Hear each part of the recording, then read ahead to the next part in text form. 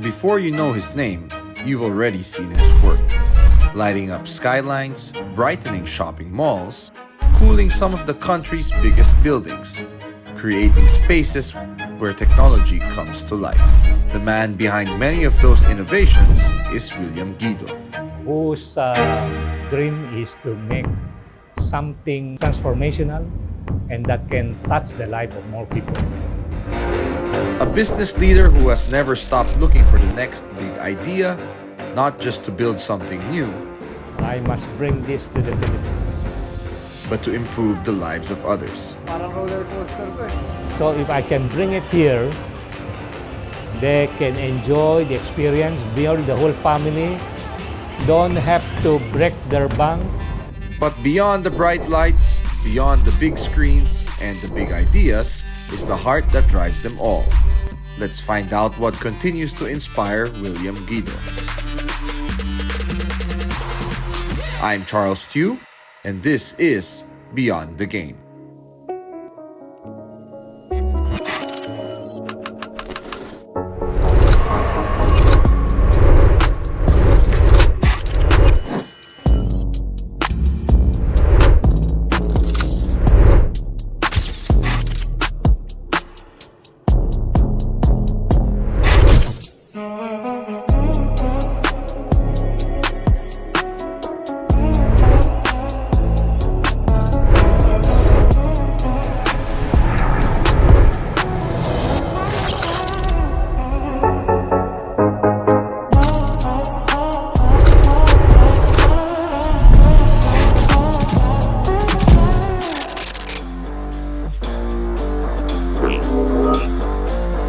We are here today in Meta City where they have the first immersive and interactive 9D theater in the Philippines, amongst other things. And with me is none other than their co-founder, Mr. William Guido.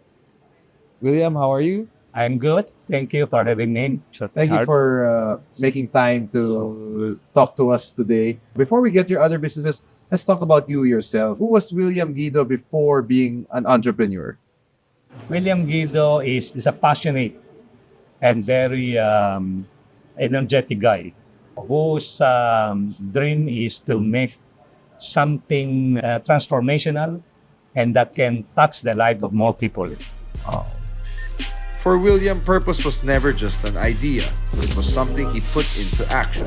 One opportunity, one challenge, and one industry at a time. My very first business is in air conditioning. Okay. I used to be the dealers of Carrier, Okay. which is the country's leader in air conditioning. I have been their dealers for more than 5 years.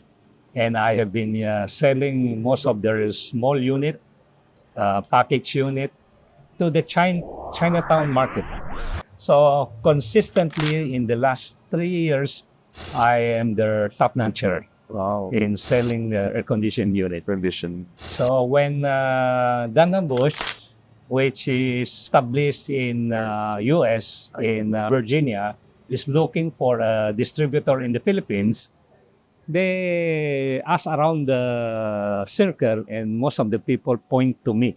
So from small unit to this big centralized system is another different, because a small unit you can easily, service, install, but big unit like big chiller, you need to have more deeper, understanding on the technical, engineering, and operational aspect. So after a few days of discussion, they convinced me. The rest was, It's been 40 years already. 40 years going on. Next year, we'll be celebrating 40th anniversary. So how do you stay competitive in that industry? Because there are so many distributors now of air conditioning. We are pioneer in the rotary screw compressor, which has only 3 moving parts. Our competitor has 77 moving parts, like the centrifugals or other reciprocating. So our rotary screw, 3 moving parts, that means 3 headaches against 77 headache. So more customer likes to deal with our brand because maintenance issue, less maintenance. At the same time, energy saving. Like in hotel, we supply to most of the five-star hotel. They love our system because our compressor can download from 100% down to 10%. Not all the time hotels are fully booked. If you are only about 20-30% occupancy, you don't want to operate the whole big 1,000 tons capacity. It ups a lot of power. Our dynamo system, the 1,000 tons capacity, we break it down into 3 compressor. So that's 333, 330, 330. So that means to say if the hotel occupancy is only about 20-30%, only 1 compressor will run. So you save a lot of power with the other 2 compressor. So you still save the 30%. And if it's 100% fully booked, then the whole 3 compressor in a 1,000 tons capacity doubles. Okay.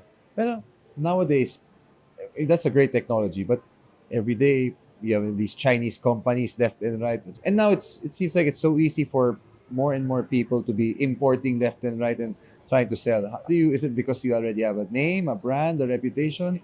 Actually, we have, after all these years, we have taken good care of our clients. So we are very, very proactive in doing the service. That means to say, we also stock our inventory of parts and other components.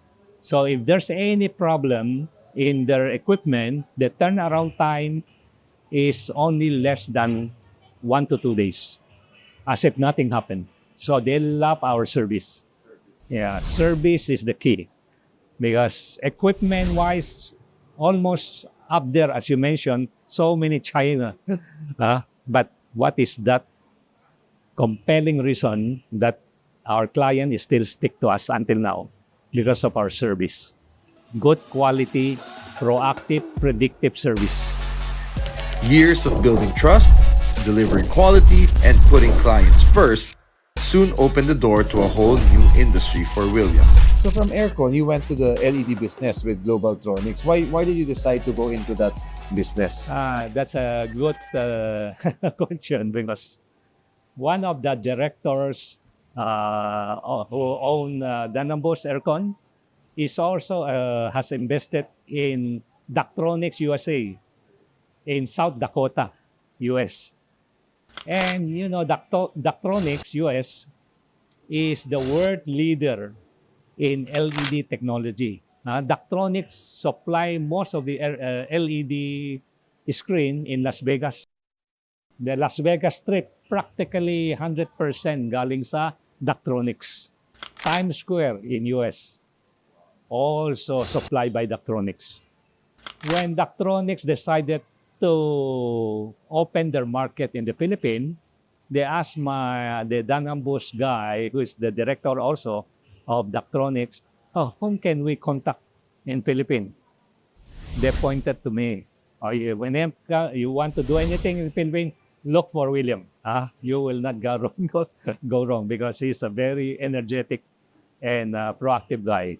So when you brought it in here, was it immediately accepted or was it a challenging start for you? In 2003, that is where they approached me.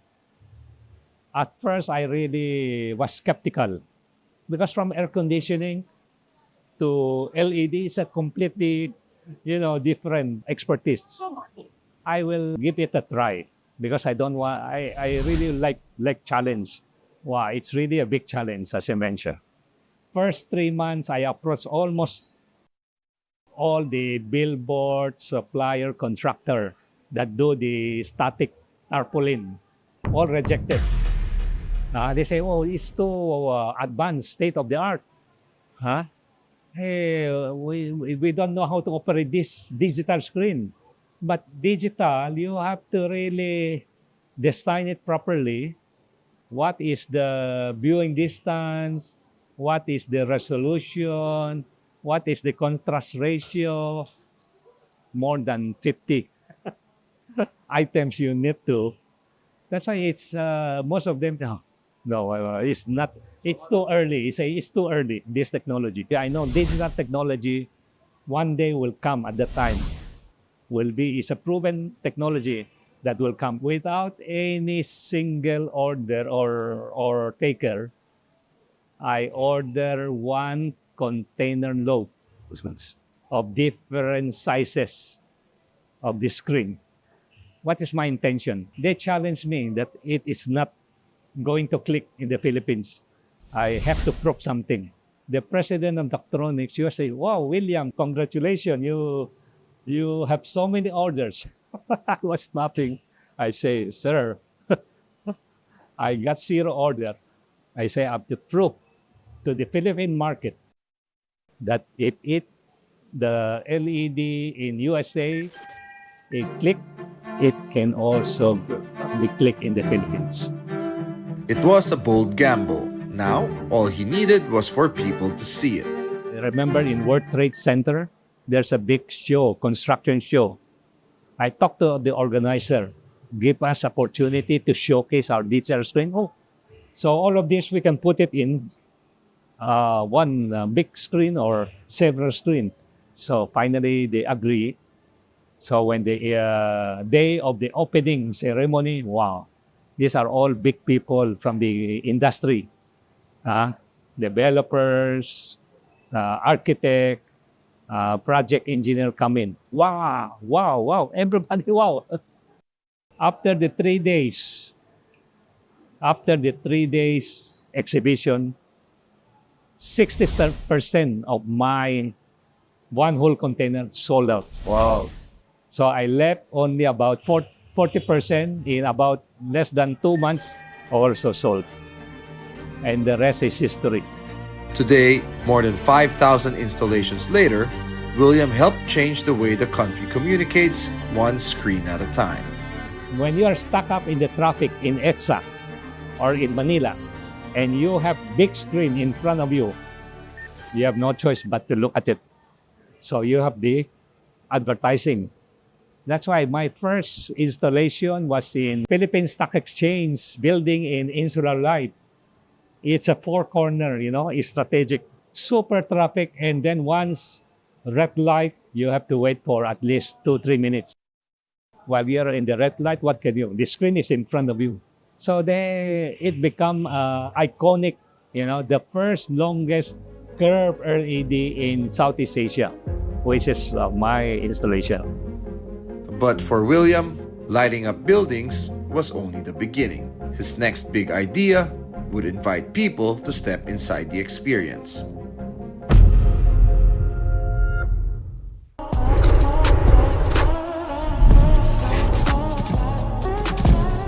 After transforming skylines, William wanted to create something people could step inside, a place where technology becomes an experience. Welcome to Meta City.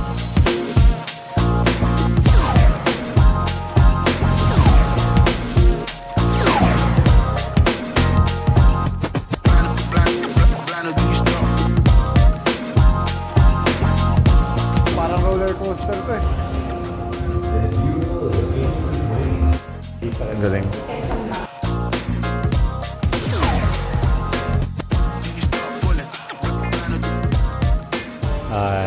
You can go to Egyptian, the history of pyramid, and then you have the Great Wall of China. This one, you can step on it. They're competing against each other. The faster they do the pedal. So we'll do Taken tournament very soon. Motion sensing. Yes, yes. This one is for the spin racing.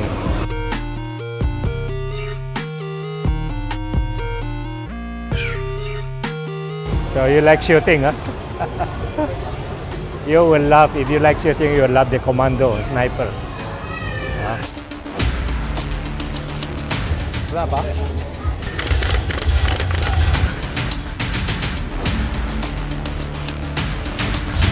Okay to ah. Bicycle racing. So while you're doing the go around actual.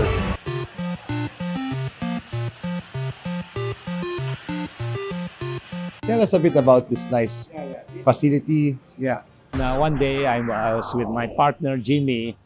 We traveled to China, and one of the friend bring us to one of the biggest digital amusement park in China. When I entered, wow, I was blown away. The entrance, digital, and all the different colorful 3D content design. And then afterwards, we try the different immersive experience rides. I have never tried in a 9D chair that can move, swing, and then the screen is 360 degree. And then after, it's not like you're looking at the cinema static. Here, you're part of it because the chair move, and then you have wind blowing. If you are in the space adventures, the big wind, very highly immersive. So I was blown away. I say, I must bring this to the Philippines because a lot of our kababayan do not have the luxury to come to China to experience this kind of metaverse or highly immersive interactive. So if I can bring it here, they can enjoy the experience, build the whole family, don't have to break their bank by going abroad. They have to get a visa. That's why I told my partner, we must work out with this, bringing this to the Philippines. It's fun. I definitely have to take my nieces. Here's sometime. Well, how's the reception been though of the? It also greatly, shall we say, motivate us because every day there's always increase of our client because from the word of mouth. So through the word of mouth, when they come in and visit it, they take a lot of pictures. A lot of people, what is it? Saan ba ito? So they become, now more and more people are coming in. So this become a destination place, not only for kids, but all ages, including the corporate. So this become a very, helping a lot of people, not just for entertainment and amusement, but to drive their energy. Meta City was never meant to be just a place for fun. It was also designed to bring people together.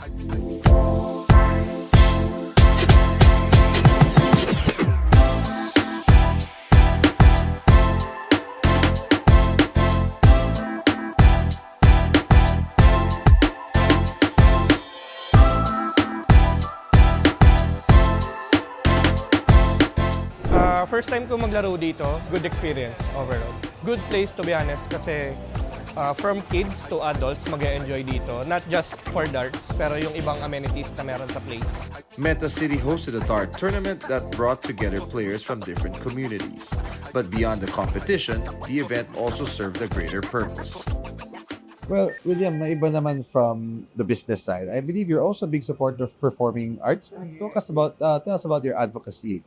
Actually, the PARC Foundation, or PARC is Performing Arts Recreation Center, or PARC, was founded by my late son, William Guido. At the young age of 22, because he's a concert pianist, at the young age of 22, he already saw, willingness to hurt. He was looking at a lot of underprivileged children, street children, roaming around the street in San Juan, although in Manila, begging for money, sometimes got hit by accident, you call it. But these people, during caroling, Christmas time, they sing well, they dance well. They have artistic talents, but no opportunity. Better be, don't... Don't come to daddy again. Ask for money. I already give you this property, which is worth stuff. So afterwards, he was very passionate. And then our scholar from the underprivileged community of San Juan, Tondo, and Mandaluyong also increased by almost, we started with 10, now 20, 30, now becoming bigger community teaching string instrument. So I told my son, the string instrument is not cheap. Violin. Until on the third year, because he got sick because of diabetic sugar. And then one night, he was admitted in the hospital. And then contracted, sepsis. No, it's very fast. So in less than 2 days, he passed away. So now I am carrying his torch because he gave me a quota. The quota is 300 scholar. Right now we have only less than 100. A long way to go, That's why I have to work harder because a certain percentage goes to this PARC Foundation. But I don't want that everything come from me. We have to establish a community of givers. That's why God is really good. God is really good. There are now many willing hands and willing help are helping in the foundation. Because running a foundation is not so easy. It's even harder than running a business. Oh, you have done so much. It's impressive. But is there still something else that at this stage in your life, something you still want to achieve? Actually, not only the PARC Foundation, but Wilmer, my son, he also established the first NDAA, National Digital Arts Awards. Our challenge is we have a high turnover of digital artists. So we think of something that will hold them. Because here in the Philippines, even there's no institution, whether public or private, that recognize unheralded digital artists. We are the best digital artists in the Philippines. That's why everywhere you can see, we have best singer, best dancer, best tennis player. We have a lot of good, but there's lack of local support. So we think of that contest, NDAA, National Digital Arts Awards Contest, to give recognition to the unheralded digital artists. You see, if we can produce something that this is already my mission, I report to our God, I have done something good for the society. That is where So I guess that is the legacy you want to leave behind. So I have to continue. I have to work harder. That's why I have to make my business successful. So we have the scholars, we have the artists. We hold the NDAA awards every 2 years. Your businesses are booming. What's been the secret formula for you in doing business? The secret for I have to consult my big boss, Your big boss, God. God. Wow. I'm a Christian, everything that I do, I have to seek His guidance, divine guidance. Even though I like it to do it, but if He give me a signal, no, William, don't. Has there been times that's happened to you? Yes. So I won't pursue. But always, if you get the feeling that yes, we have a big yes from our big boss, our real chairman of the board, then I'll go. We have a lot of project nowadays, from shopping malls to hotels to hospital to airport, even the presidential palace, even the Senate building. So this is how we built step by step, with baby step, but sure. Years of hard work, steady growth, and unwavering faith led William to countless milestones. When you look back at all the businesses you've run, all the achievements you've had in business-wise, what's, I guess, something you're proudest of? So far, I think proudest of is Meta City. Oh, wow. This is my baby. I have to make it successful. Because this one helped a lot of our kababayan. They don't need to have a visa to go abroad. We are bringing a little of Universal Studio here, Disneyland, Team Lab. So we have a lot of clients. Almost all our visitors and guests that visited Meta City, when they go out, exit, they say, amazing. His businesses may keep him busy, but when Sunday comes, William knows exactly where he wants to be. Sunday is always reserved for my family. Stop by golf already. And I used to now walk, bring them to wherever my two apo, who is going 5 years old, If the apo run, then I run. So I cannot catch them anymore.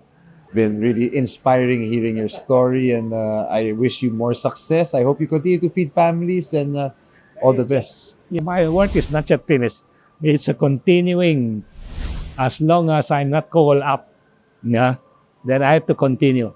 That's why I told myself there is no retirement, William, unless the chairman of the board asks you to retire.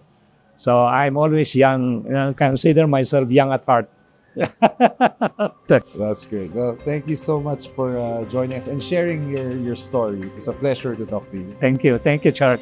Every great invention, every bold decision, and every bright idea begins with someone who dares to dream. William Guido never stopped dreaming. More importantly, he never stopped doing. Because for him, success isn't just about building something bigger. It's about building something that makes a difference. This is Charles Tiu. Join us again as we learn the winning strategies and champion mindset of winners, movers, and shakers. This is Beyond the Game.